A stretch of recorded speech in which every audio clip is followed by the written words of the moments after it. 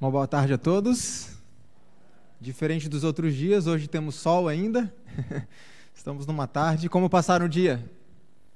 Foi bom? Tivemos um bom dia hoje, aliás, um dia excelente, na companhia de amigos. Tivemos um ótimo almoço, uma ótima conversa. E com certeza nós iremos embora daqui em breve, mas deixaremos muitos amigos aqui neste local. E é muito bom e sintam-se convidados para nos visitarem no Brasil, quando desejarem, ok? Nós moramos lá na região montanhosa de um estado chamado Espírito Santo, lá no Brasil. Nós não temos vizinhos, nossos vizinhos são as matas, os pássaros. O vizinho mais próximo está a aproximadamente 300 ou 400 metros da nossa casa. É um lugar bastante agradável, bastante tranquilo. Um pouquinho frio em algumas épocas do ano, isso não é problema para vocês, aqui também esfria bastante. Então, sinta-se à vontade quando quiserem nos visitar, um de cada vez, ok? Não dá para ser todo mundo ao mesmo tempo. Mas fiquem à vontade quando quiserem conhecer um pedacinho do Brasil. Serão muito bem recebidos e desde já agradecemos a recepção que tivemos aqui. Estamos muito, muito felizes. Mas a gente se despede melhor na quarta-feira, tá bom? Quarta-feira ainda vamos trazer uma mensagem e na quinta-feira nós partimos para Aveiro, vamos começar um final de semana lá. Lá o assunto será outro, nós vamos fazer alguns seminários voltados ao tema da música na igreja. Aqui em Portugal talvez não seja um problema tão grande quanto é lá no Brasil, um desafio tão grande quanto é para nós que valorizamos muito a música e eu creio, como músico, eu diria que valorizamos até mais do que deveríamos valorizar, porque não somos o povo da música, somos o povo da Bíblia. Então eu creio que o nosso foco deve ser esse. Então em Aveiro nós vamos tratar um pouco a respeito desse tema durante o final de semana. Vamos falar um pouco de fisiologia humana, como é que a música afeta o nosso organismo, entre outros assuntos. Depois a gente parte para Genebra, na Suíça, e vamos fazer uma semana de oração inteira lá, e ali vamos falar de música, vamos falar de cinema, vamos falar de pornografia, vamos falar vários temas importantes para jovens e também para a igreja em geral. Então, incluam-nos nas suas orações, tá bom? Precisamos muito. Estamos aí nessa maratona nos últimos 8 ou 9 anos e praticamente todos os finais de semana estamos num lugar diferente. E durante a semana eu tenho o meu trabalho também, né? Que eu não faço, eu não prego integralmente. Então é bastante intenso, bastante exaustivo, mas enquanto Deus nos der saúde, vamos continuar fazendo o trabalho. Qualquer sacrifício que venhamos a fazer é pequeno demais perto do sacrifício que foi feito por nós vimos na sexta-feira à noite. Então, vamos seguir em frente, porque no final, Cristo garante que vai dar certo. E muito em breve teremos o nosso descanso. Como a irmã White fala, não existe um minuto de descanso para o cristão verdadeiro deste lado da eternidade. É uma luta todos os dias. E quando Cristo voltar, aí sim. Descansaremos por toda a eternidade. Descansaremos entre aspas, né? O céu será um lugar de muito trabalho, de muito estudo, mas com uma diferença desta terra. Nós faremos isso com muito prazer e não haverá nenhum cansaço em trabalharmos e estudarmos e aprendermos cada vez mais com o professor especial, Jesus Cristo. Bom, vamos à mensagem dessa noite. Antes, porém, eu quero convidá-la a curvar sua fronte comigo. Vamos fazer uma palavra de oração. Querido bom Pai que está nos céus, nós te agradecemos, Senhor, por este final de semana, agradecemos pelo dia que tivemos hoje também. Obrigado que o Senhor nos trouxe à tua casa, obrigado pela oportunidade que o Senhor nos dá. Sabemos que tem irmãos nossos em países distantes que estão sofrendo muito para estarem na igreja, muitos estão perdendo a vida, mas nós temos total liberdade. Te agradecemos por isso e pedimos que o Senhor nos ajude a aproveitarmos essas oportunidades que temos de, em liberdade, cultuarmos o teu santo nome. Que o Senhor nos fortaleça e, nesse momento, nos conceda um pouco mais do Teu Santo Espírito, para que possamos compreender a Tua Palavra. Pedimos e agradecemos em nome de Jesus. Amém. Primeiro texto que vamos ler hoje, Mateus capítulo 24, versos 10 a 13. Evangelho de Mateus, capítulo 24, versos 10 a 13. Faz parte de um sermão de Cristo que conhecemos como sermão profético. Todo o capítulo 24 do livro de Mateus. Nós vamos ler apenas os versos 10 a 13.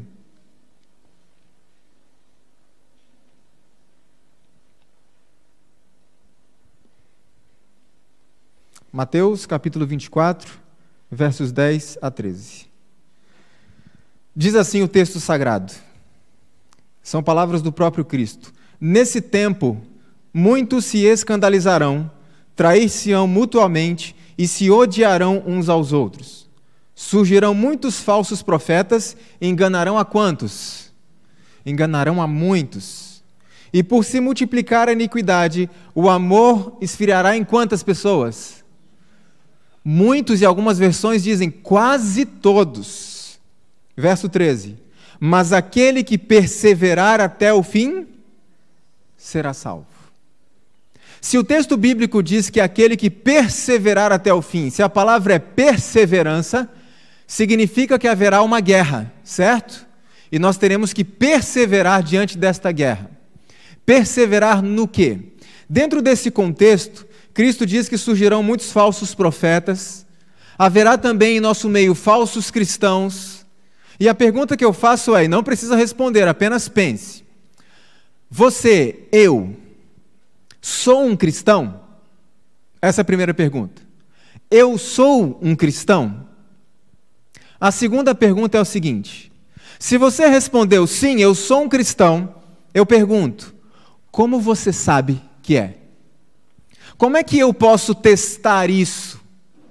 Por que é importante considerar esta questão? Bom, se nós sairmos, não sei aqui na Europa, mas no Brasil, se andarmos por todas as ruas perguntando às pessoas, você é um cristão? Qual será a resposta da grande maioria? Sim, eu sou um cristão. Como é que você sabe que você é um cristão? E algumas pessoas dão respostas interessantes, por exemplo, eu vou à igreja. Mas muitos vão à igreja. Eu sou batizado, então sou um cristão. Mas muitas pessoas são batizadas. Eu tenho um cargo na igreja, sou muito ativo na igreja, ok? Muitas pessoas também são. Eu devolvo meu dízimo fielmente. Ótimo. Muitas pessoas também fazem isso. Eu dou estudos bíblicos. E muitas pessoas também dão. Eu já levei muitas pessoas ao batismo. Então sou um cristão. Ótimo, mas muitas pessoas já fizeram isso também. Eu sou vegetariano. Então sou um cristão. Ótimo se você é vegetariano, mas muitas pessoas também são. Posso dizer uma coisa a vocês? Satanistas também são vegetarianos. Eu faço obras de caridade. Ótimo. Muitas pessoas também fazem obras de caridade. Inclusive, pessoas que não são cristãs. Então, como é que eu posso saber se eu sou verdadeiramente um cristão? Muitas pessoas acreditam que fazer parte de uma igreja faz delas cristãs. E não é bem assim. Nós temos que tomar um cuidado especial de não medirmos o nosso cristianismo comparando o nosso comportamento com o comportamento dos outros. Certa vez eu ouvi uma frase que ficou marcada na minha mente, talvez vocês conheçam. Um pregador disse o seguinte: o nosso problema é que nos comparamos uns com os outros. E muitas vezes nos comparamos com aqueles nossos amigos e vizinhos que não são cristãos. Bom, o meu amigo, ele bebe. Eu não bebo, então sou um cristão. Ele fuma, eu não, então eu sou um cristão. Então dizia esse pregador, nosso erro é quando nós nos comparamos com aqueles que são frios. Porque quando eu me comparo com os frios, o morno parece quente. E aí entramos no problema de Laodiceia, que é morna, mas acha que é o quê? Quente. E eu pergunto, o problema de Laodiceia é ser morna? Deus pode resolver esse problema, sim ou não? Pode ou não pode? Pode. Então o problema de Laodiceia nunca foi a mornidão. Sabe qual é o problema de Laodiceia? É achar que é quente. É achar que é boa demais, é achar que é muito cristã. Isso é um problema para Deus resolver, sim ou não? Isso é um problema. Porque se eu acho que não preciso dele, ele não pode fazer nada por mim, porque ele respeita. Então nós temos que ter mecanismos para testar se nós somos verdadeiramente cristãos, e esses mecanismos não podem passar pelas outras pessoas. Eu tenho que me comparar com quem? Com Cristo. E quando eu começo a me comparar com Cristo, o que acontece? Aí eu descubro que eu não sou tão cristão quanto eu pensava. Irmãos, há um tempo atrás foram feitas algumas pesquisas com cristãos. E essas pesquisas foram resumidas, consolidadas no material, eu trouxe alguns dados dessa pesquisa para vocês. Veja o que foi constatado naquela pesquisa. Dados oficiais de várias organizações cristãs. 49% dos evangélicos acreditam que viver a dois sem se casar não é pecado. Quase a metade. 33% dos evangélicos dizem que aborto não é pecado. 13% dos evangélicos entrevistados já fizeram ou fazem aborto quando necessário. 53% dos evangélicos são viciados em pornografia. Isso eu tenho visto na prática com os e-mails que eu recebo quase que diariamente. 30% dos pastores evangélicos são viciados em pornografia. 54% dos evangélicos acreditam que tudo na Bíblia é relativo. 74% dos jovens evangélicos trapaceiam nos seus testes na escola, mas são cristãos. O que mais? 93% dos jovens evangélicos disseram que são desobedientes aos seus pais. 63% disseram que agridem as pessoas quando estão com raiva. 63%. O que mais? 77% dos jovens evangélicos se envolvem em roubos pela internet. 88%, quase 100% dos jovens entrevistados, filhos de casais evangélicos, se desviam da igreja na adolescência ou na juventude. 61% dos evangélicos acreditam que as boas obras é que os levarão para o céu. Mas são cristãos. Então eu repito a pergunta para cada um de nós meditar. Eu sou um cristão? Como é que eu posso saber isso?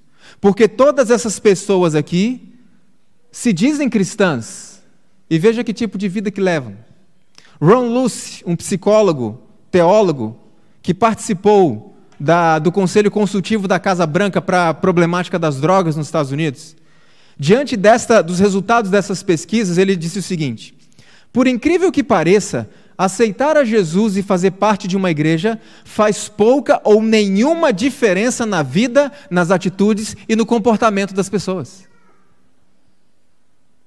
Outro especialista, James Kennedy, ele disse o seguinte: a grande maioria das pessoas que são membros de igreja hoje não são cristãs. Então eu volto a perguntar: eu sou um cristão? Como é que eu posso medir isso? Por outro lado, irmãos, há pessoas que são, no Brasil nós chamamos de conservadoras, pessoas que são reformadoras da vida, e elas pensam assim: bom, eu devolvo fielmente o meu dízimo, está ótimo, eu sou um cristão. E Cristo diz assim: filho, que bom que você devolve, mas tem mais. Olha, eu mudei completamente a minha alimentação, eu tenho uma alimentação completamente natural, como é a vontade de Deus. E Cristo diz a esta pessoa: filho, que bom, tem mais. Tem mais. Nós estamos vivendo um processo, ou precisamos viver um processo chamado santificação. E é um processo que dura quanto tempo? A vida inteira. Então veja, quando eu tomo uma decisão ao lado de Cristo, eu não posso me sentir satisfeito. A partir de agora, está tudo certo. Cada dia que passa é uma nova decisão. Cada dia que passa, mais alguma coisa deve ser deixada. Cada dia que passa, nós precisamos progredir. Veja que interessante esse texto aqui.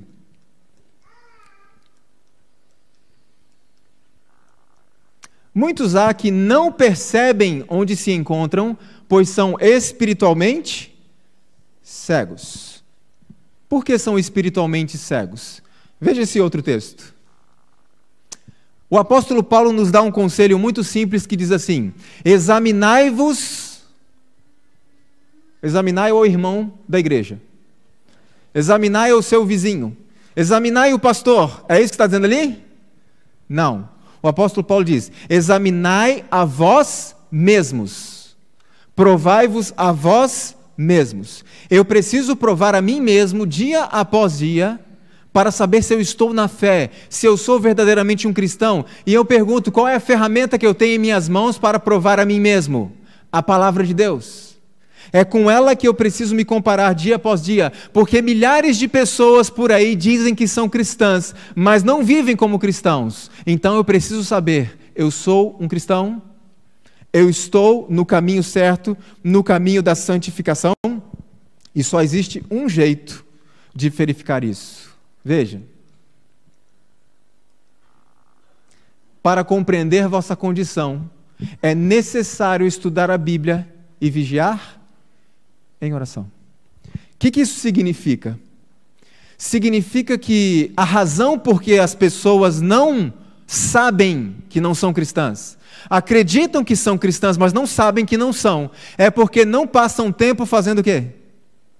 Em estudo da palavra e em oração. E se nós não fazemos isso, não temos nenhuma condição de saber se somos cristãos, não temos nenhuma condição de ser cristãos. Porque este é o nosso espelho. Não é o meu irmão, não é o meu amigo, não é o meu pai, a minha mãe. A palavra de Deus é o meu espelho, eu devo me comparar com ela. Então eu pergunto, temos gastado tempo em estudo da palavra e em oração?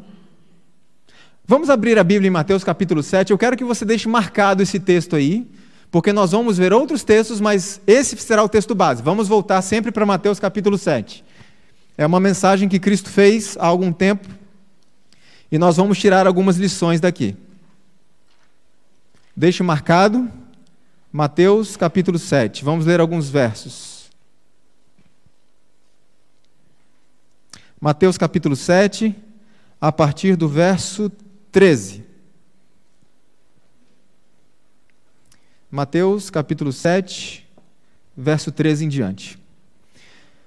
Olha que interessante, dentro desse contexto que estamos tratando, o que Cristo disse aqui em Mateus 7, a partir do verso 13 diz assim: Entrai pela porta estreita, pois larga é a porta e espaçoso o caminho que conduz para onde? Para a perdição. E quantos entram por essa porta? Quantos? Muitos. Verso 14. Mas estreita é a porta e apertado o caminho que conduz para a vida. E são quantos que entram por essa porta? Poucos. Não parece estranho? Se você andar pelas ruas e perguntar para as pessoas, você é cristão? Você vai perceber que a maioria delas vai dizer, sou cristão. Mas Cristo está dizendo que quem entra pela porta estreita, a porta da salvação, ou seja, aqueles que são verdadeiramente cristãos, que estão no processo de santificação, são quantos? São poucos. Então a conta não está fechando. O que nós chegamos, qual a conclusão a qual nós chegamos diante disso? Verdadeiros cristãos são a minoria, sim ou não? Por isso é importante que todos os dias eu pense em mim, eu estou nesse grupo, eu sou verdadeiramente um cristão. Por isso que Paulo disse, provai a vós mesmos, teste a si mesmo para ver se você está na fé, e testar como. Então isso é de suma importância. Cristo disse que são poucos. Agora tem um detalhe aqui, Cristo disse que a porta é estreita. Só a porta? É só a porta que é estreita? A porta é estreita e o caminho é apertado. Então todo o trajeto, e são poucos que entram. E eu pergunto uma coisa, por quê? Por que é tão difícil? Eu vou usar um exemplo simples aqui. Imagine que você está chegando na sua casa, e você está cheio de pacotes nos braços, você fez muitas compras, e você está com os braços abertos assim, com as bolsas, e quando você chega na porta da sua casa, a porta da sua casa é muito estreita. Para que você possa passar, você tem que fazer o quê? Você tem que deixar alguma coisa, certo? Senão não passa. A porta estreita que Cristo falou é do mesmo jeito. Por que poucas pessoas entram por ela? Porque para você entrar por esta porta, você tem que deixar algumas coisas para trás. E a cada novo passo que você dá no caminho, porque a porta é estreita e o caminho é apertado, e vai ficando cada vez mais apertado, e a cada novo passo você e eu temos que deixar mais alguma coisa para trás. Nós gostamos de deixar coisas para trás? Não. E muitas pessoas estão caminhando com todas as suas coisas, não querem deixar nada para trás, e acreditam que estão no caminho estreito, e Cristo diz: filho, deixa essas coisas aí, venha caminhar comigo no caminho estreito, deixa isso, não dá para passar com essas coisas. Não, Senhor, eu quero ir com estas coisas. E Cristo diz: então, filho, o caminho para você é o outro. Porque o outro caminho cabe você e cabe todas as suas coisas. Então eu pergunto novamente: será que eu estou andando pelo caminho estreito? Veja esse texto aqui. Muitos há entre os professos guardadores do sábado que estão mais firmemente apegados às modas e desejos mundanos do que a corpo sadio, mente sã ou coração santificado. Ou seja, muitos adventistas do sétimo dia acreditam que são cristãos e não sabem que não são. E um desses pode ser eu. Por isso eu preciso estar atento, irmãos. Cristo disse: a porta é estreita, o caminho é estreito. E como é que se entra ali? Veja só o que o apóstolo Paulo diz: arrependei-vos, pois, e convertei-vos, para que sejam apagados os vossos pecados. O que é arrependimento? O que é conversão? Os motoristas aqui, nós estamos dirigindo por uma rodovia e de repente você tem que fazer uma conversão. Conversão é isso? Isso é uma conversão? Não. Conversão é uma mudança total de rumos. Arrependimento não parece deixar coisas para trás, sim ou não? Arrepender-se. Então este é o caminho apertado, difícil, e temos que ir deixando algumas coisas para trás. O grande problema de muitos, e eu posso estar vivendo isso, é que acreditamos que apenas vir à igreja, passar pelas águas do batismo, faz de nós cristãos, e muitos podem estar vivendo da mesma forma que as pessoas do mundo, sem perceberem. Mas por estarem na igreja, acreditam que são cristãos. Por isso, meu convite mais uma vez: precisamos pensar em nós mesmos. E no momento que alguém assim é despertado, eu preciso mudar. Eu preciso mudar. Jesus está voltando e eu preciso. Geralmente vai ouvir o seguinte: ô irmão, não se preocupa com isso não. Fica tranquilo, sabe por quê? A nossa natureza é pecaminosa mesmo. A gente vai pecar mesmo, não tem jeito. E muitas pessoas que tomariam uma decisão firme ao lado de Cristo, de entrar nesta batalha contra o pecado, e Cristo pode vencer o pecado em nossa vida, desistem e se sentem confortáveis com os próprios pecados por ouvirem uma mensagem como essa. Fica tranquilo, não se preocupa com isso não. Irmãos, me perdoem, eu tenho que dizer a vocês, se preocupe com isso sim. Porque o pecado é uma anomalia, não há uma explicação. E Cristo tem poder para arrancar isso de nós. Ele tem. É uma luta para nós, é uma batalha, o processo vai durar a vida inteira. Mas Ele faz. Ele prometeu. Ele pode. Então preocupe-se sim. Por um lado, preocupe-se. Por outro lado, de certa forma, não se preocupe com o resultado final. Por quê? Eu já conheci pessoas que tinham uma preocupação muito grande. Nós sabemos, pelos textos inspirados, que a meta ou o ideal de Deus para os seus filhos é a perfeição de caráter, sim ou não? E Ele pode fazer isso em nós. Mas muitas pessoas estão preocupadas com o resultado, a perfeição de caráter. Eu tenho que ser perfeito, eu preciso ser perfeito. Qual é a palavra que está errada nessa frase? Eu. E quando a pessoa vê que ela não consegue, se desanima, desiste e se entrega ao pecado. Qual é a minha proposta? Qual é o meu desafio para a igreja? Não se preocupe com o resultado. Se preocupe com o processo. Um dia de cada vez. Sabe por quê, irmãos? Aquele que foca no resultado, quando ele cai, ele diz não consigo e desiste. Aquele que foca no dia a dia, o processo com Deus, um dia de cada vez, vencendo um dia de cada vez. Quando ele cai, sabe o que ele pensa? Eu caí hoje. E amanhã eu começo tudo de novo. E ao final eu vou vencer. Sabe por que isso é importante? Porque o resultado final é obra sobrenatural do Espírito Santo. Então não se preocupe com o resultado. Se nós nos submetermos a Ele, Ele vai fazer. Preocupe-se com o hoje. É só o que temos. Ontem, passou. Amanhã, a gente tem poder sobre o amanhã? Não. Então é o hoje. Um dia de cada vez, mas nós precisamos entrar nessa batalha.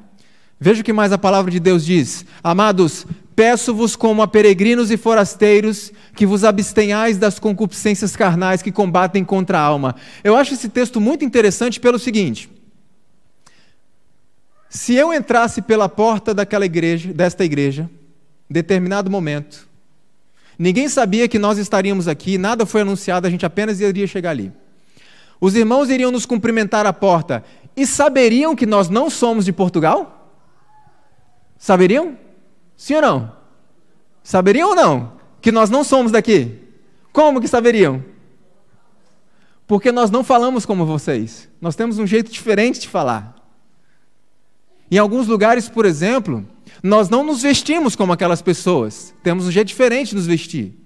Em alguns lugares, pessoas comem coisas que nós realmente não comemos.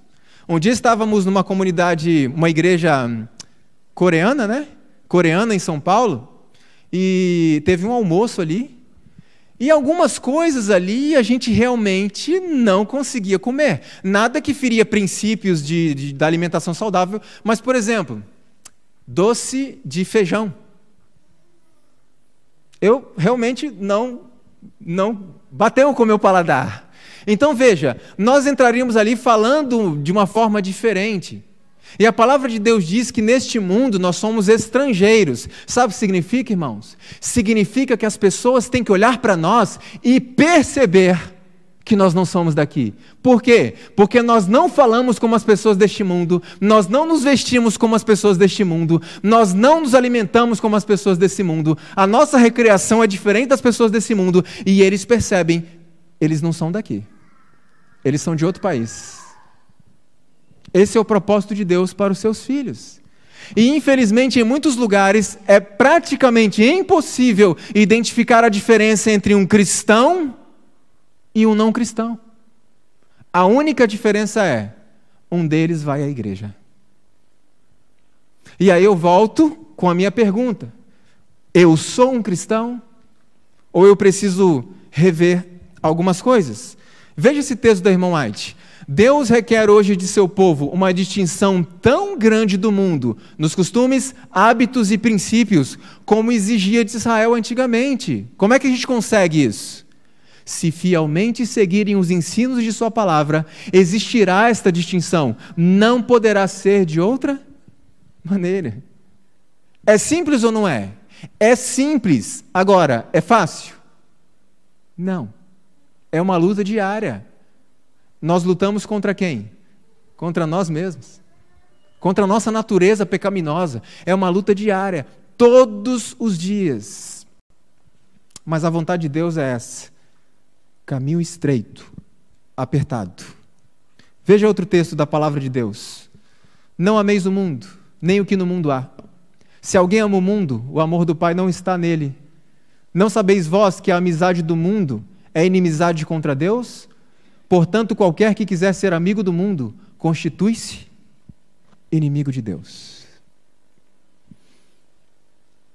E há um tempo atrás, enquanto eu estudava esse assunto, eu percebi uma coisa. Eu amava as coisas do mundo. E a Bíblia diz que aqueles que amam as coisas do mundo são cristãos? Não. Olha a expressão. São inimigos de Deus. Irmãos, por muito tempo em minha vida, eu fui viciado em filmes. Viciado. Quando eu falo viciado, não é que eu assisti um filme por dia. E quando eu falo de filme, não é, o Leandro selecionava os filmes. Não, tudo que é imundícia que você possa imaginar, eu assistia com os meus amigos. Em algumas ocasiões, e uma em especial, os meus pais viajaram. Foram para uma formatura de familiares nossos em outro estado. E eu era adolescente, com meu irmão, ficamos em casa. Nossos amigos foram até nossa casa. Antes nós estávamos no programa da tarde. Lá no Brasil se chama JA. Aqui chama-se assim também? JA. Estávamos no programa de jovens. Enquanto o programa estava acontecendo, eu e os meus amigos estávamos trocando papéis. E nesses papéis, cada um escrevia qual filme queria ver depois do culto. Quando o culto terminou, nós fomos até uma locadora. Naquela época, alguns aqui acho que nem sabem o que é isso. Usavam-se aqueles VHS. Os mais jovens nem sabem o que é um VHS. Mas nós fomos até a locadora e alugamos todos os filmes. Fomos para casa. Passamos numa lanchonete. Compramos vários hambúrgueres e um líquido especial para nos ajudar a ficar acordados a noite inteira, que vocês sabem qual é. Irmãos, começamos a assistir um filme, 2 filmes, 3 filmes. Isso aproximadamente umas 7 e pouco da noite. Sabe que hora que terminamos? Mais de 11 horas da manhã do dia seguinte. Um atrás do outro. Sem contar os filmes da semana. Fazíamos isso várias vezes. E eu estava fazendo, sabe o que no sábado de manhã? Eu estava com o meu cristianismo na igreja, tocando piano, cantando, porque eu sou um cristão. E muitas vezes eu olhava para os jovens, alguns amigos meus que iam ao cinema, e eu ficava falando assim, coitados, vão ao cinema. Eu não vou ao cinema. Eu nunca fui ao cinema, porque eu sou um cristão. O que eu fazia? Trazia o cinema para dentro de casa. É o mesmo problema. Mas no sábado eu estava aqui, de terno e gravata, no meu piano, tocando. E quando eu comecei a entender estas questões, eu percebi que eu estava no caminho largo, achando que estava no estreito. E eu creio que há muitos hoje nesta mesma condição. E, irmãos, a luta continua até hoje.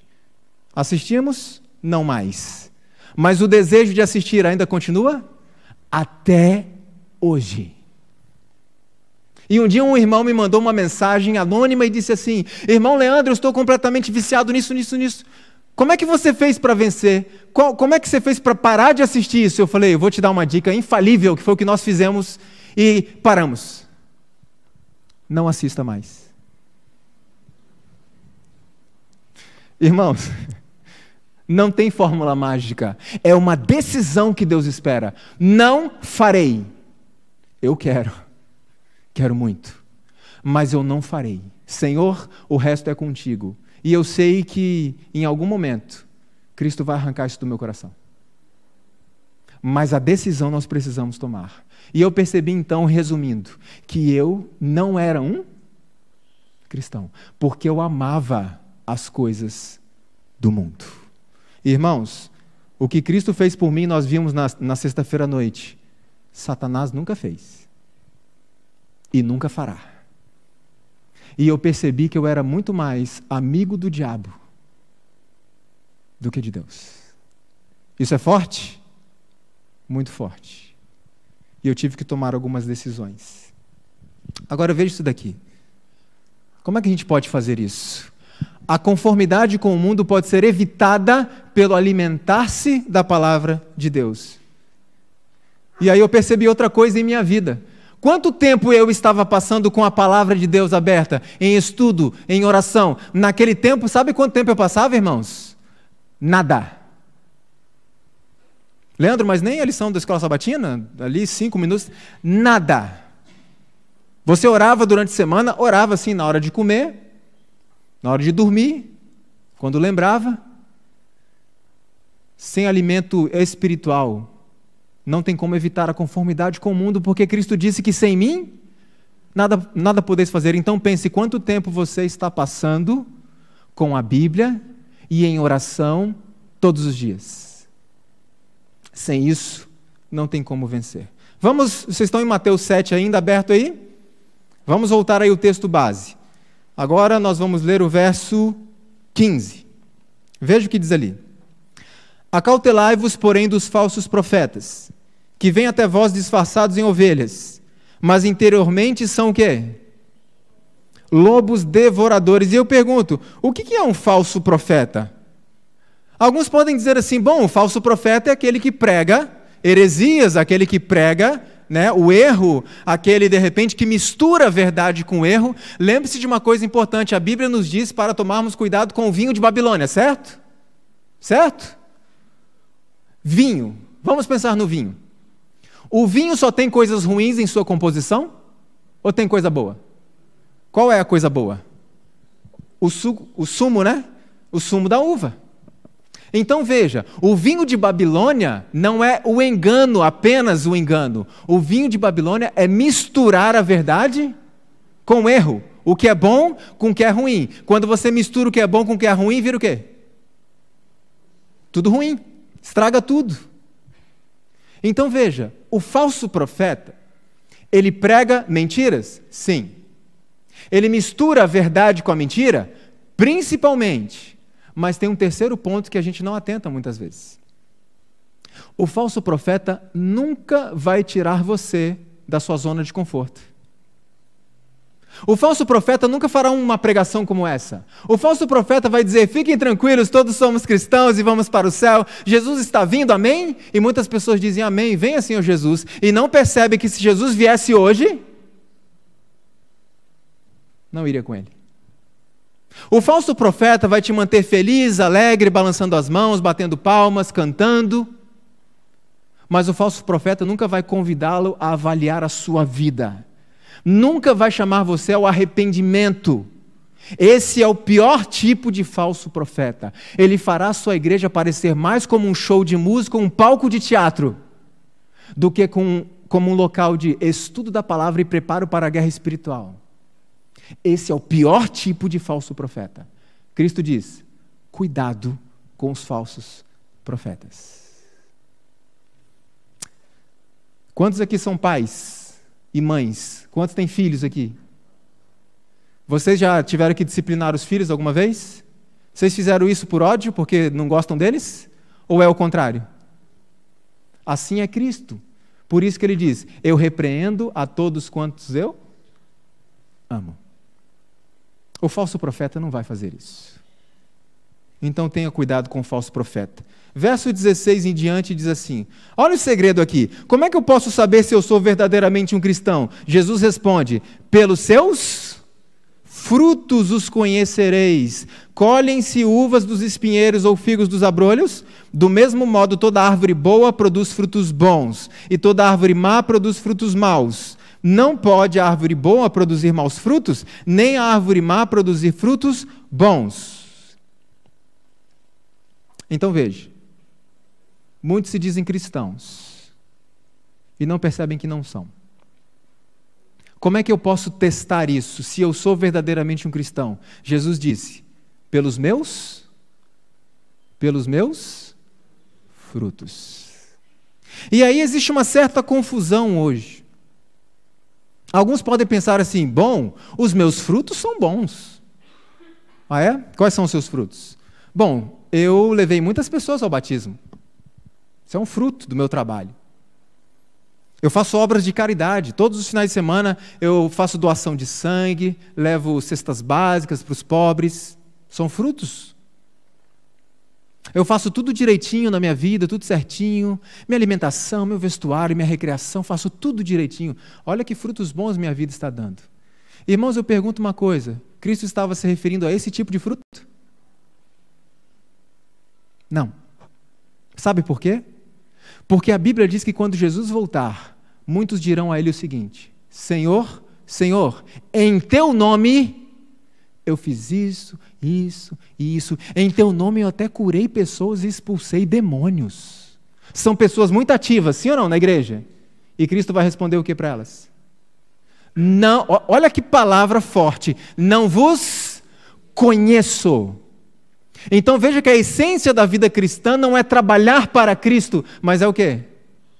Conhecê-lo, trabalhar com Ele. E muitas pessoas estão trabalhando para Cristo, mas não com Cristo. Deixa eu fazer uma pergunta para vocês, e me entendam. Fazer obras de caridade faz parte da nossa missão, sim ou não? Sim ou não? Sim. E Cristo irá nos cobrar, a Bíblia diz. Tive fome e você não fez nada. Lembra disso? Só que eu pergunto uma coisa. Fazer obras de caridade nos torna diferentes de todos os outros? Não. Pregar o amor de Cristo é a nossa missão? Sim.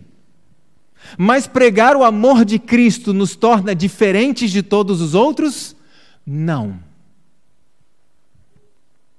O que nos torna diferente dos outros? Sermos representantes do caráter de Deus neste mundo. Foi para isso que Israel foi chamado. Vocês se lembram bem no reinado de Salomão que veio uma mulher lá de longe para visitá-lo? Lembram dela? Quem era ela? A rainha de Sabá. Eu pergunto uma coisa, não me interpretem mal, ok? Pregar o evangelho, distribuir folhetos, literatura, fazer campanhas evangelísticas, tudo isso faz parte do nosso trabalho e Deus vai nos cobrar se nos omitirmos nisso. Porém, não podemos colocar o nosso foco único nisso. Eu pergunto, quantos convites Salomão mandou para a rainha de Sabá? Quantos? Nenhum. E a Bíblia diz de forma muito simples e clara que a rainha de Sabá se aproximou de Salomão e disse assim: eu vim aqui porque eu fiquei sabendo que aqui tem um povo que vive de forma diferente.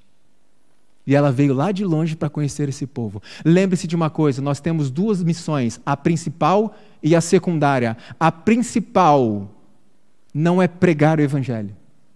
A principal é sermos o evangelho. É sermos a Bíblia que as pessoas leem. Essa é a principal. Por isso, certa vez alguém disse assim: prego o evangelho o tempo inteiro e se for preciso, eu falo. Esse é o ideal de Deus para o seu povo, que nós sejamos um povo diferente dos outros povos, para que as pessoas olhem para nós, percebam que somos estrangeiros neste mundo. Eu quero conhecer mais um pouco de vocês. E sabe aonde elas vão chegar?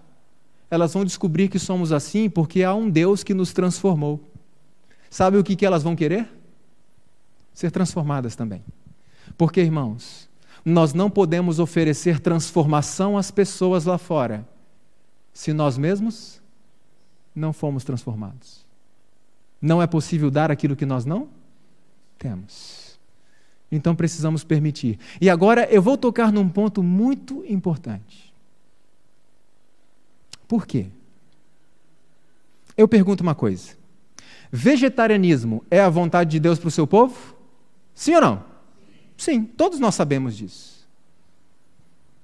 Agora, sou um vegetariano. E eu sou vegetariano há anos. Acabou? Sou um cristão? Então não me interpretem mal. É a vontade de Deus. Mas eu tenho conhecido pessoas, irmãos, que infelizmente são reformadores, estritos da vida, na alimentação, vestuário, tudo. Mas falta um detalhe importante. E é desse fruto que Cristo está falando. Então deixe marcado Mateus capítulo 7 e vamos para o livro de Gálatas capítulo 5, verso 22. Irmãos, aqui está a porta estreita. E vocês já vão entender por quê. E vocês vão entender uma coisa muito interessante aqui. Algumas pessoas falam para mim assim: Leandro, mas vegetarianismo é muito difícil. E outras coisas mais. É muito difícil praticar essas coisas. E realmente é muito difícil. Mas, irmãos, perto disso que nós vamos ver agora, se você comparar com isso que vamos ver agora, ser um vegetariano é a coisa mais fácil do mundo. Dar estudos bíblicos é a coisa mais fácil do mundo. Fazer evangelismo é a coisa mais fácil do mundo. A porta estreita verdadeira é essa aqui. Gálatas, capítulo 5, verso 22. Verso 22 diz assim: mas o fruto do Espírito é... Então vamos analisar. Qual é o primeiro? Amor. Ou caridade em outras versões. E aqui eu faço uma pergunta para cada um de nós refletir. Eu demonstro amor pelas pessoas?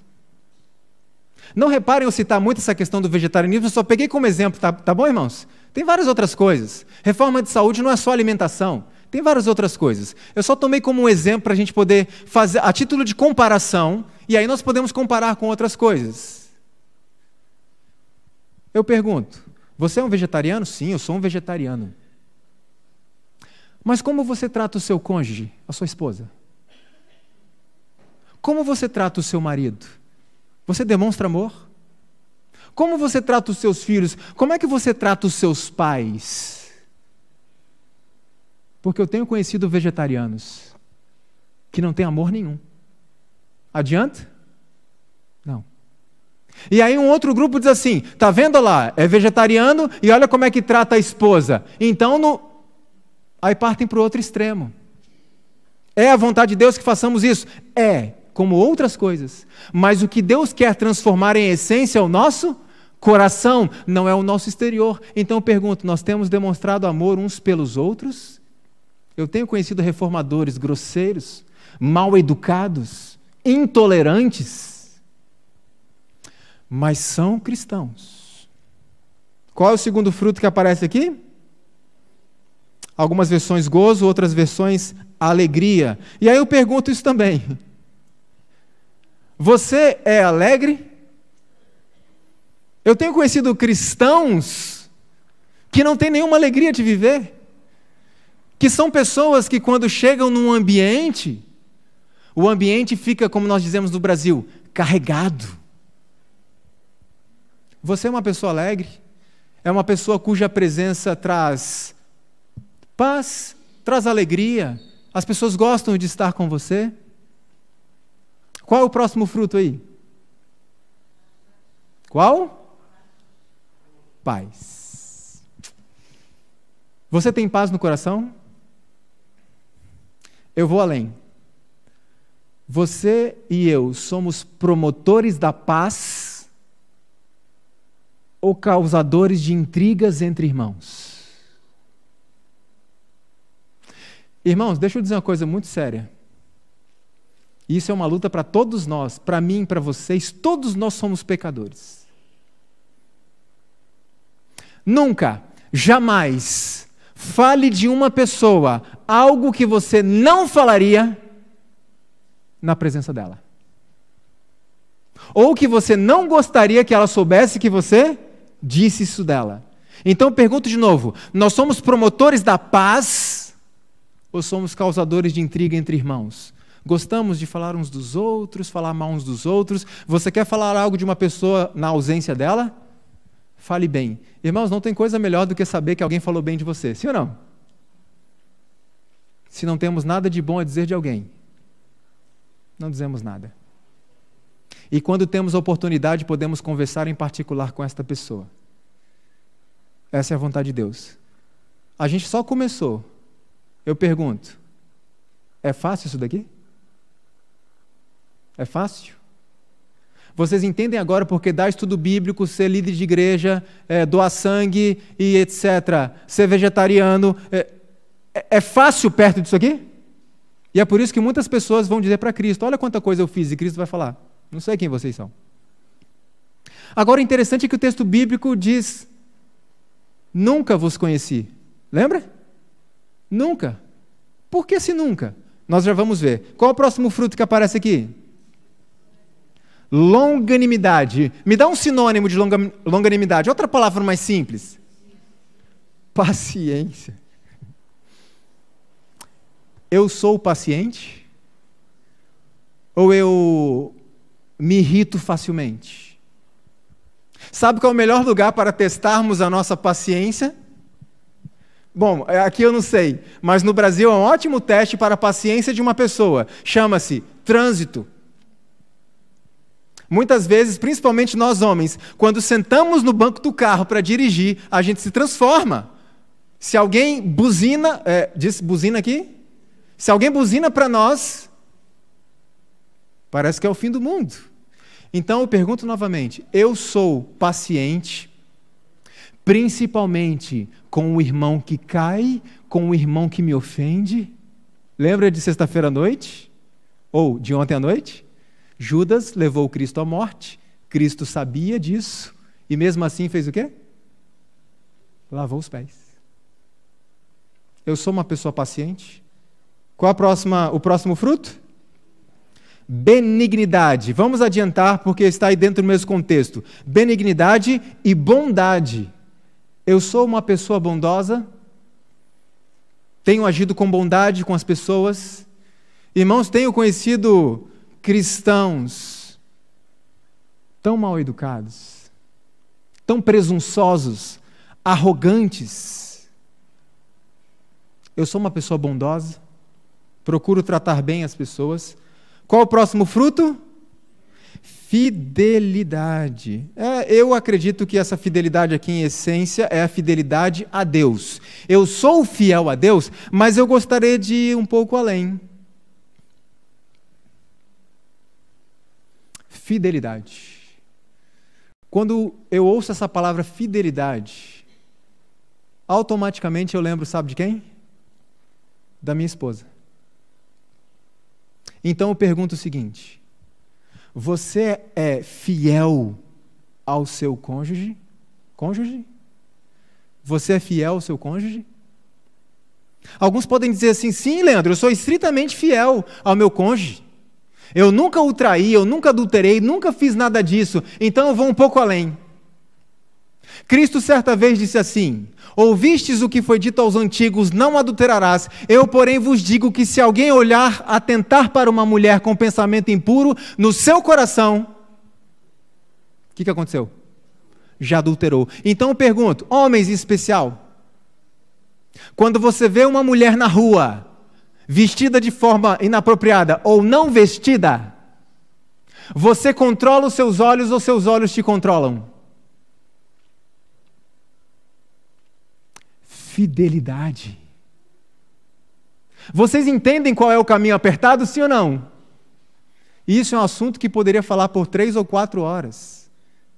E a imoralidade sexual está destruindo a igreja, sem que ninguém saiba. Porque é um inimigo silencioso, ninguém sabe o que está acontecendo. E, irmãos, eu tenho recebido e-mails que me fazem chorar, de membros e de líderes da igreja, em desespero: me ajude, sou um viciado. Me ajude, eu já adulterei 9 vezes e a minha esposa não sabe. Fidelidade. Dar estudo bíblico diante disso aqui é fácil. Ser vegetariano diante disso aqui? Fácil. E eu queria dizer uma coisa importante. Homens, controlem os seus olhos. Façam como Jó. Jó disse assim: fiz uma aliança com os meus olhos. Como, pois, os fixaria numa virgem? Mulheres, façam uma aliança com os seus ouvidos. Cuidado. Cuidado com os gracejos de homens que não são o seu marido. Me responda uma coisa. As mulheres sabem quando um homem está sendo educado e quando ele está sendo, não sei que palavra usar aqui, mas no Brasil diz engraçadinho. A mulher sabe diferenciar ou não sabe? Sabe. Então tome cuidado com isso. Cuidado com o que você permite que te digam. Um outro detalhe importante. Queridas irmãs, não vamos tratar desse assunto agora, esse é um assunto para minha esposa. Cuidado com a maneira de vestir. Porque vocês não imaginam o que se passa na cabeça de um homem. Estamos falando no contexto da fidelidade. Quando uma mulher se veste de forma sensual. Cuidado com isso. Sabemos que há homens que são completamente pervertidos. Há homens que sentem atração por crianças. Mas sabemos que há homens que estão lutando intensamente contra os pecados sexuais. E muitas vezes isso é dificultado pela forma como muitas irmãs se vestem. E a igreja para nós deve ser um oásis, um lugar para que possamos descansar. Porque aí fora muitas vezes a batalha é intensa, sim ou não? Nós temos que desviar os nossos olhos o tempo inteiro, sim ou não? Sim ou não, homens? Então, mulheres, permita que na igreja a gente possa descansar. Quando Deus pede que a mulher se vista com decência, não é como implicância, nada disso. É porque Deus sabe. Ele quer que vocês sejam representantes dele. Ele quer preservar vocês da mentalidade de homens. Por favor, fidelidade a Deus. Fidelidade ao cônjuge. Qual é o próximo fruto? Mansidão. Você é manso? Você é uma pessoa calma? Uma pessoa tardia em irar-se? Mansidão. É mais um fruto do Espírito. E qual é o último fruto que aparece aqui?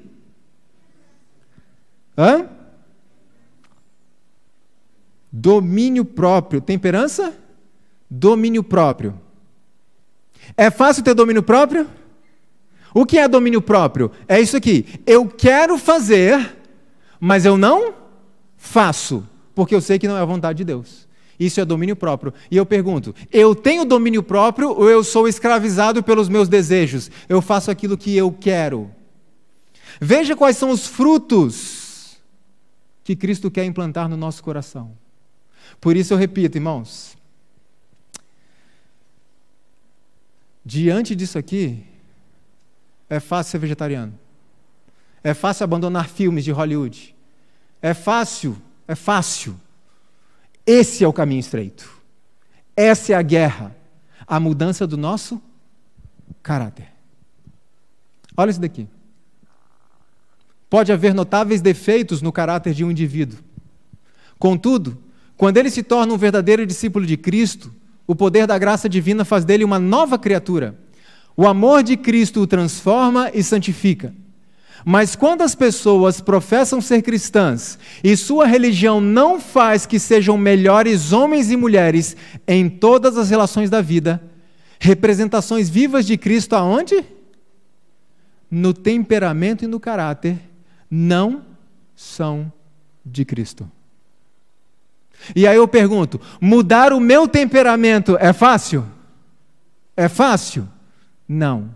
Mas se o meu cristianismo não está mudando gradativamente o meu temperamento, a serva do Senhor diz, eu não sou cristão. E alguns podem pensar nos discípulos de Cristo. Veja quem eram os discípulos. Eu costumo dizer que os discípulos dos evangelhos e os discípulos do livro de Atos para frente parece que são pessoas diferentes. Sim ou não? Houve ali uma transformação no caráter, no temperamento. Continuavam pecadores, falhos, mas houve uma transformação nítida depois daqueles 3 anos aproximadamente que passaram com Cristo.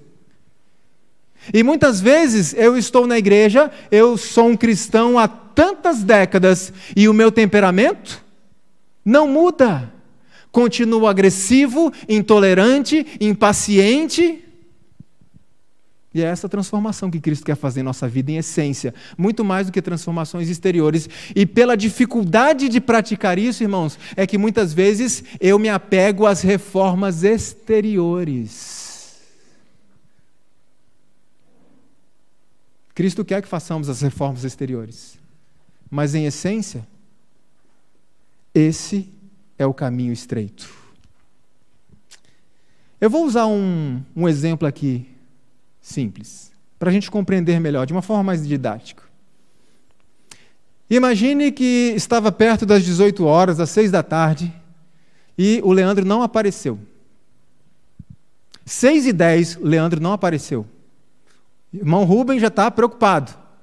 6h15, 6h30, 7 horas da noite, nada do Leandro aparecer.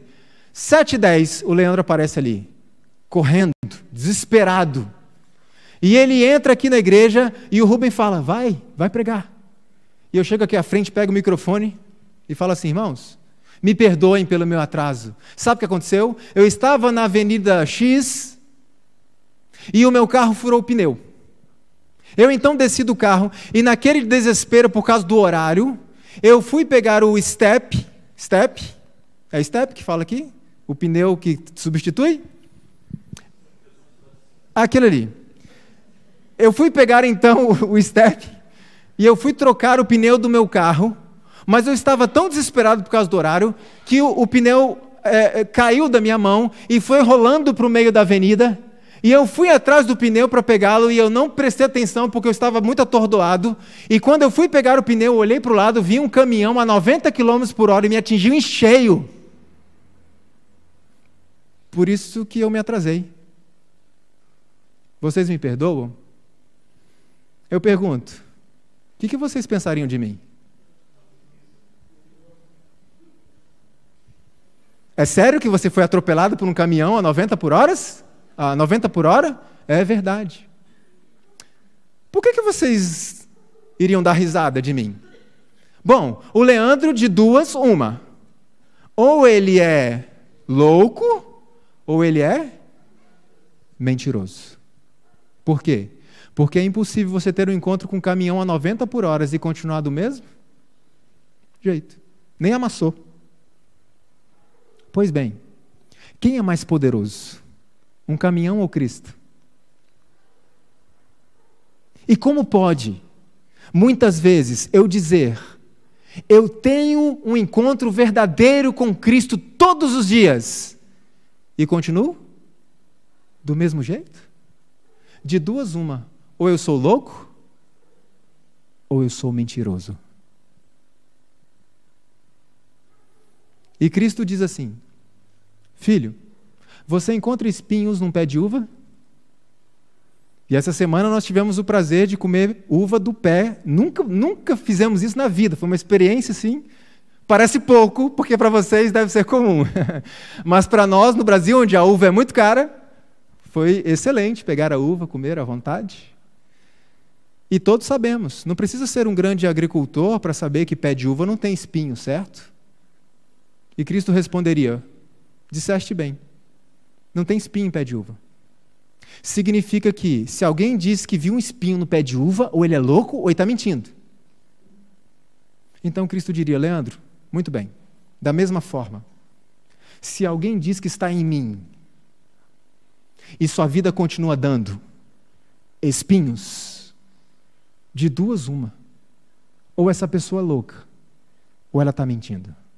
Porque é impossível, eu repito, irmãos, é impossível ter um encontro verdadeiro de submissão com Cristo e continuar do mesmo jeito. O mesmo temperamento, o mesmo gênio, o mesmo caráter. Ou então esse relacionamento com Deus se tornou tão formal como acabou se tornando o de Judas. Relacionamento sem compromisso, sem submissão. Vamos concluir. Mateus 7, está marcado aí? Versos 19 e 20. Cristo repete então, toda árvore que não dá bom fruto é cortada e lançada no fogo. Portanto, pelos seus frutos os conhecereis. Cristo repete para dar uma ênfase aqui muito forte. Ele está dizendo para mim, Leandro, pelo seu fruto, você conhece se você é um cristão, está no caminho estreito, está no caminho da santificação. Irmãos, todo cristão tem uma batalha diária contra si mesmo, sim ou não? Se não há uma batalha diária comigo mesmo, tem alguma coisa errada em mim. Porque o verdadeiro cristão terá uma batalha diária. E Cristo diz assim no verso 21. Nem todo que me diz Senhor, Senhor entrará no reino dos céus, mas aquele que faz a vontade de meu Pai que está nos céus. Ou seja, não é professar o cristianismo que salva. Temos que ser cristãos de fato. E precisamos fazer a vontade de Deus. Para sermos salvos? Não.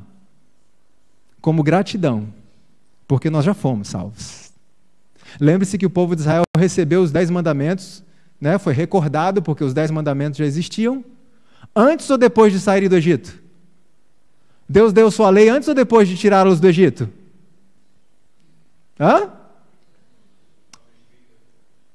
Depois, estamos falando no contexto específico do povo de Israel. A lei já existia, mas Deus deu as tábuas da lei, 430 anos dentro do Egito, tinham esquecido praticamente tudo, e Deus deu os regulamentos ao povo antes ou depois de salvá-los?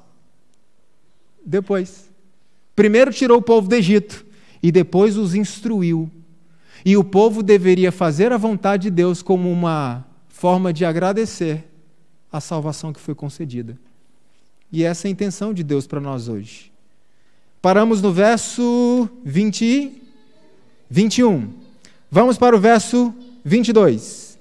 Muitos me dirão naquele dia: Senhor, Senhor, não profetizamos nós em teu nome, e em teu nome não expulsamos demônios, e em teu nome não fizemos muitos milagres? Então lhes direi abertamente. Qual vai ser a resposta de Cristo, irmãos? Nunca vos conheci.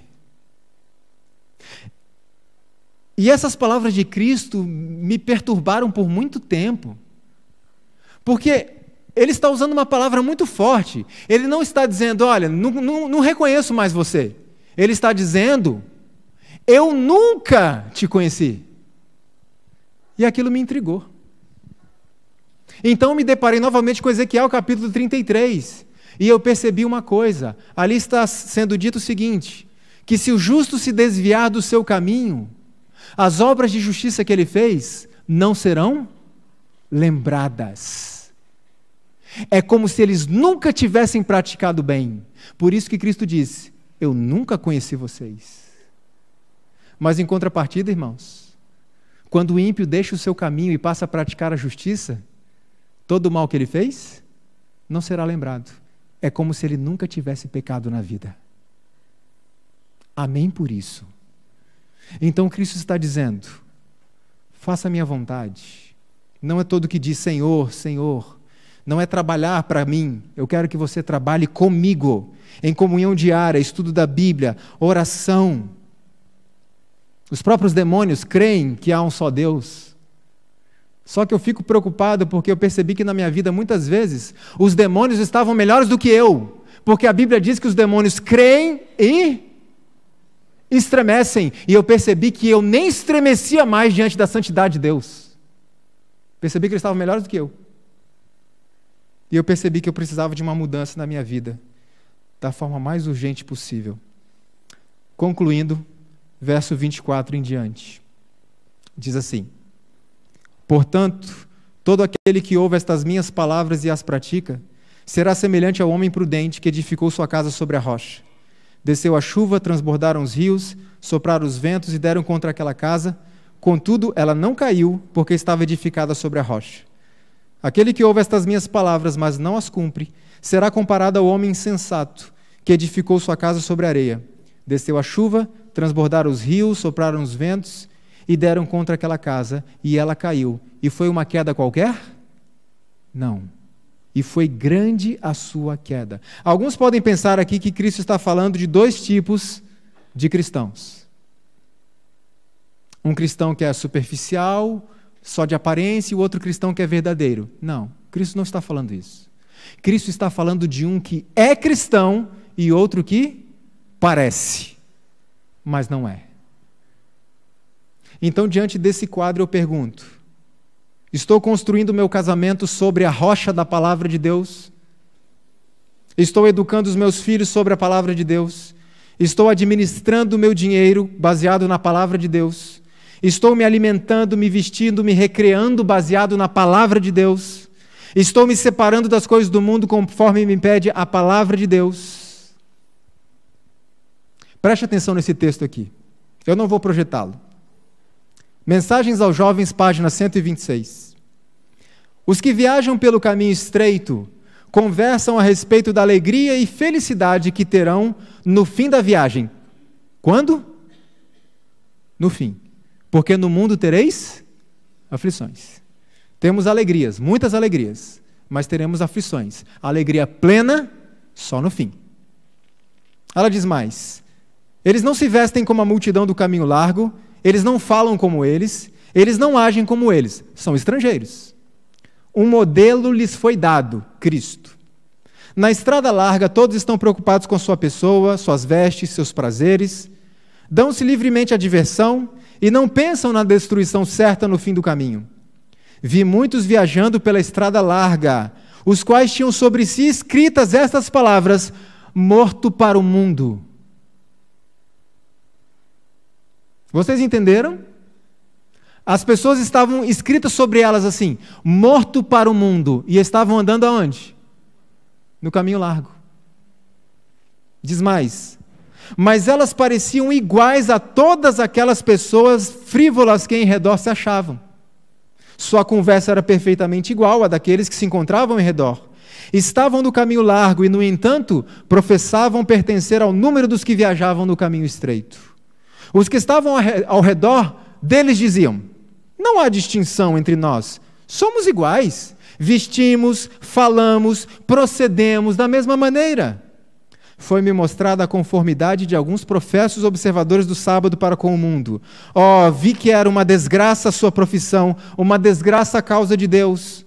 Desmentem sua profissão, julgam que não são como o mundo, mas dele tanto se aproximam que não há diferença.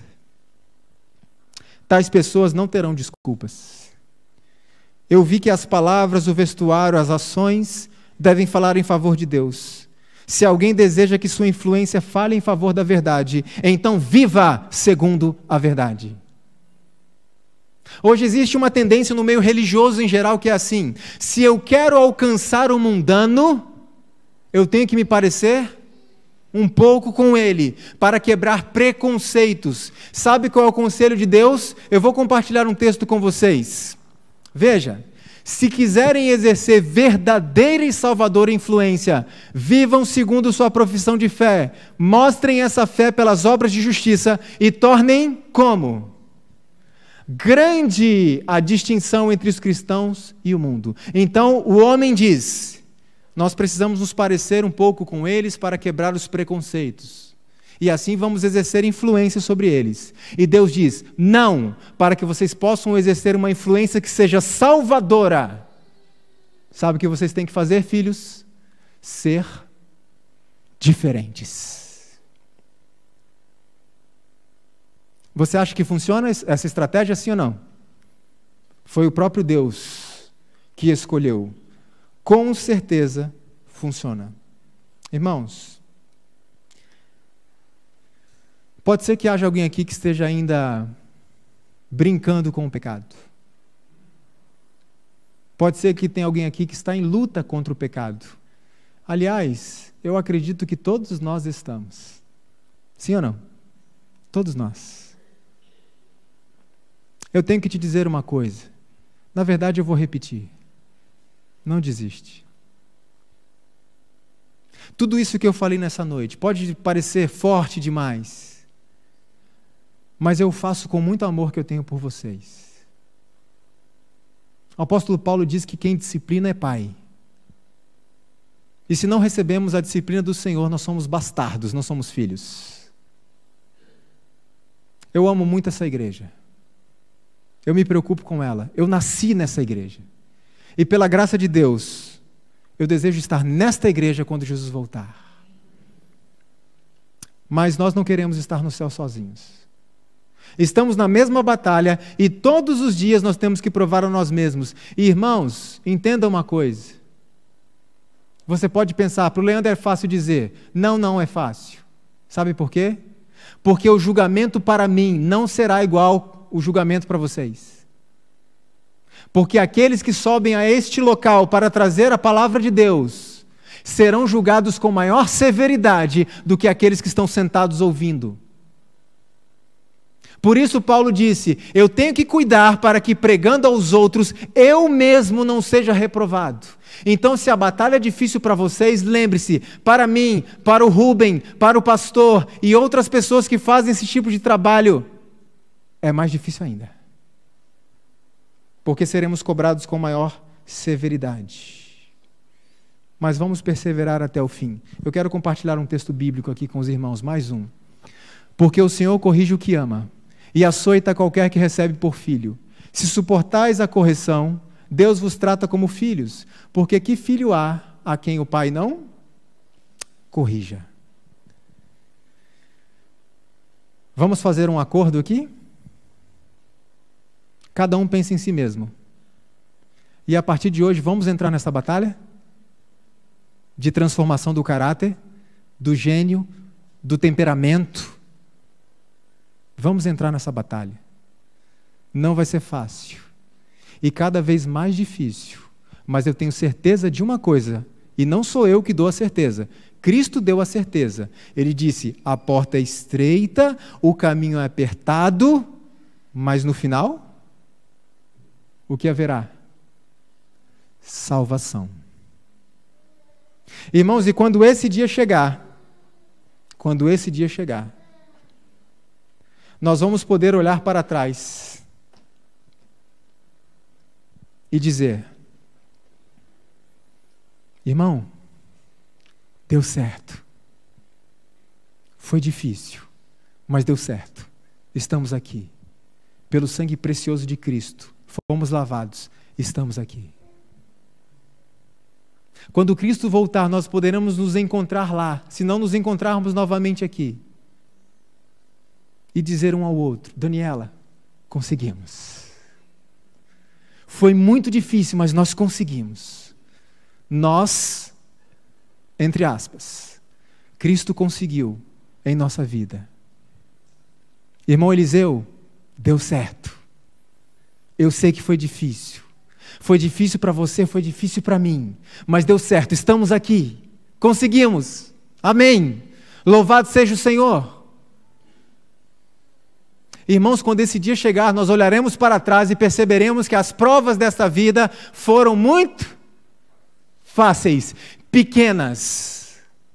Então, em nome de Jesus, não desiste, insiste, vamos continuar. Se caiu, levanta. Eu sei como é que é, eu estou na mesma luta que vocês. Na prática, separe pelo menos 1 hora do seu dia para Deus. Bíblia, oração, desliga o seu celular. Não atenda ninguém, a menos que seja uma emergência, né? É você e Deus, ninguém mais. Siga o que Deus pede na Bíblia, no Espírito de Profecia. Senhor, isso aqui vai ser muito difícil para mim, mas eu vou fazer, me ajuda. Irmãos, o poder de Deus não virá para substituir o seu esforço, o poder de Deus vai vir para socorrer o seu esforço. Quem não se esforçar, não consegue, não vai receber poder nenhum. Mas se nós nos esforçarmos dia após dia, lutando contra nós mesmos, nosso gênio, nosso temperamento ruim, difícil, Deus vai nos dando mais poder. Esforçar é salvação pelas obras? Não. Esforçar é demonstração do desejo do seu coração. Irmãos, 2 coisas. Primeiro, Deus sabe que para tudo que a gente quer na vida, a gente faz o quê? Se esforça. Sim ou não? Então, eu me esforço para conseguir um trabalho? Eu me esforço para manter o trabalho? Eu me esforço para manter o casamento? Sim ou não? Sim, a gente se esforça também. E Deus sabe, tudo que o Leandro quer, ele se esforça. Mas espere aí, o Leandro não está se esforçando para vencer o pecado, para vencer o seu temperamento difícil. Deus entende então que eu não quero, e Ele respeita. Agora mude o quadro. Deus está olhando para mim e vendo o Leandro se esforçando para fazer a vontade de Deus. Todos os dias está ali ajoelhado, Senhor, me ajude, me dá poder. E eu vou ser grosseiro com a minha esposa, e eu controlo a minha língua, e eu controlo meu gênio. Alguém me dá uma fechada no trânsito e eu seguro. E Deus vê o meu esforço, Ele olha para mim e sorri e pensa, coitado do Leandro, não vai vencer? Nunca sem mim. Mas ele está se esforçando tanto que eu vou ajudá-lo. Segundo ponto, Deus conhece o coração, mas os seres criados, não. E para que Deus possa agir na sua e na minha vida e transformar o nosso coração, nós precisamos dar uma evidência para o universo de que nós autorizamos. Qual a evidência que damos para todo o universo que Deus transformou nossa vida porque a gente deixou o nosso esforço? E todo o universo olha como o Leandro está se esforçando. Então Deus está trabalhando na vida dele porque ele está demonstrando o quanto ele quer aquilo. É isso que precisamos, irmãos. E a maior parte do nosso esforço, mantenha-se ligado a Deus. Todos os dias. Estudo da Bíblia e oração. Todos os dias. E aí a batalha vai terminar. Muito em breve. Jesus irá voltar, nos levará para o céu. E a partir daí, só alegria, só felicidade. Por quanto tempo? Para sempre. Vamos marcar o encontro lá? Não falte nesse dia, não. Então persevere.